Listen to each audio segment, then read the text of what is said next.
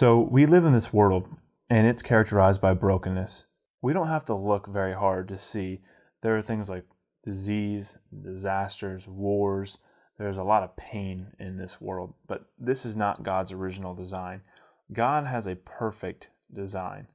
And the way that we have gotten ourselves into brokenness is through something that the Bible calls sin.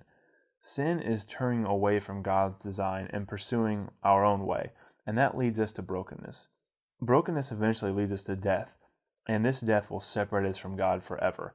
But God doesn't want us to stay in brokenness, so He's made a way out, and that way is Jesus.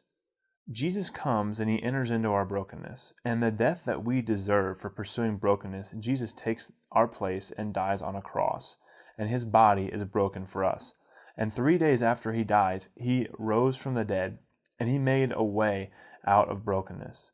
And people try many things to get out of brokenness, things like religion, things like success or relationships, education or drugs and alcohol, but none of these things can get us out of brokenness. The only way out is Jesus. And if we turn from our sin and believe that Jesus died for us and rose from the dead, we can leave brokenness and grow in a relationship with God and pursue His design.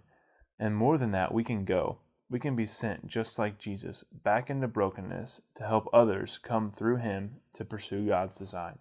Now, there's two types of people in the world. There are people that are pursuing God's design, and there's people that are still in brokenness.